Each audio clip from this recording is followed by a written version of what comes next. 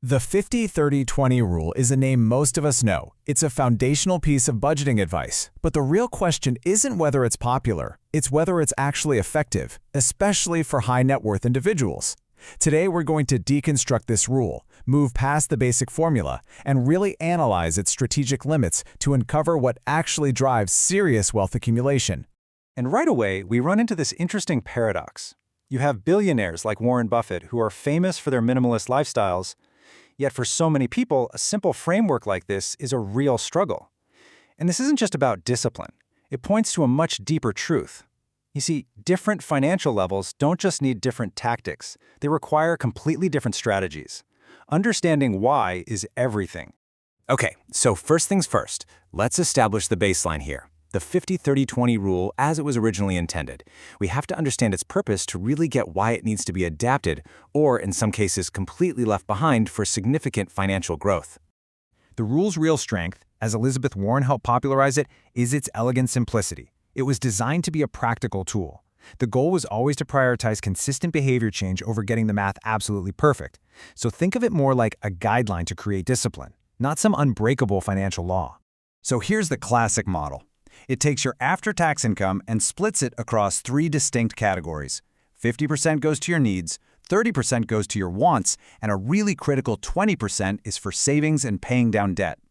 This is the starting line, the foundational model for building financial discipline. But of course, in today's world, these categories have evolved a bit. Needs now almost always includes broadband internet. Wants has just exploded to include this whole universe of subscriptions and on-demand everything. And most importantly, that savings bucket, it's not just about putting money aside. It's a strategic allocation. The top priorities have to be capturing an employer 401k match and wiping out high-interest debt before you do anything else. Now, this is the critical pivot in our analysis. For high earners, for people building serious wealth, the strategy has to shift. You have to move away from rigidly sticking to percentages and start focusing on a set of guiding principles. Think about it like this. The standard model is really designed to manage scarcity and build discipline. The billionaire mindset, on the other hand, operates from a place of surplus. The goal is no longer just to budget, it's to strategically deploy capital. The whole focus shifts to preserving what you have, cutting out inefficient spending, and making sure every extra dollar is put to work in assets that generate long-term value. So to make this really concrete, let's put this framework under pressure. We'll test it against two very different income levels.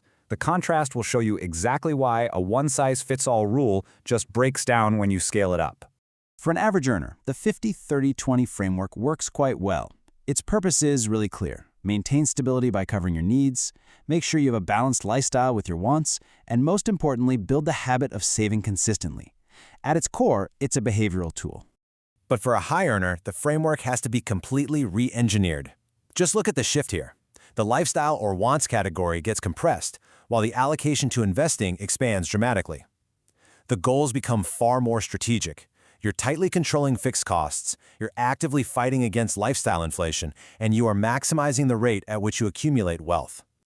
This is the #1 threat that the modified framework is built to fight: lifestyle creep. It is the silent wealth killer. It's the reason so many high incomes never translate into a high net worth. As your earnings go up, your discretionary spending just quietly expands to eat up that surplus, completely neutralizing the advantage of having a higher income in the first place. Okay, so understanding the strategy is one thing.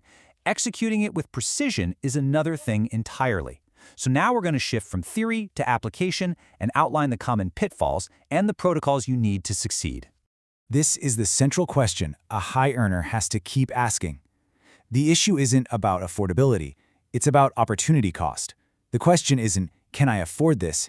It's, is this purchase moving me closer to my long-term financial goals, or is it pulling me further away? These are the most common ways this whole system fails in execution. First, you have to apply the framework to your net after-tax income, never your gross. Second, you have to adjust it for high cost of living areas. And most critically, a salary increase has to be seen as an opportunity to accelerate your savings rate, not as a license to upgrade your lifestyle. So how do we execute this with real discipline? Well, first, you automate your savings and investments. Pay yourself first, before a dime goes to discretionary spending. Second, for anyone with a variable income, you live on your base salary. and you allocate bonuses and commissions directly to your wealth-building goals. And finally, you review your framework every quarter. Inflation and lifestyle creep are sneaky. Regular check-ins are essential to stay on course. And all of this brings us to our conclusion. The ultimate goal here is to evolve, to move from a universal rule into a personalized financial strategy that is perfectly aligned with your specific goals. You know, the most effective financial plan isn't the one that's mathematically perfect. It's the one you can actually execute consistently over the long haul. The objective is not flawless budgeting, it's relentless progress. A good plan that you stick with will always outperform a perfect plan that you abandon after a month. And so we'll leave you with this one final thought. A budget that's built for your current income is by its very nature reactive. But a true financial framework, that's proactive. It should be designed not just to manage where you are right now, but to actively build the financial future you intend to create.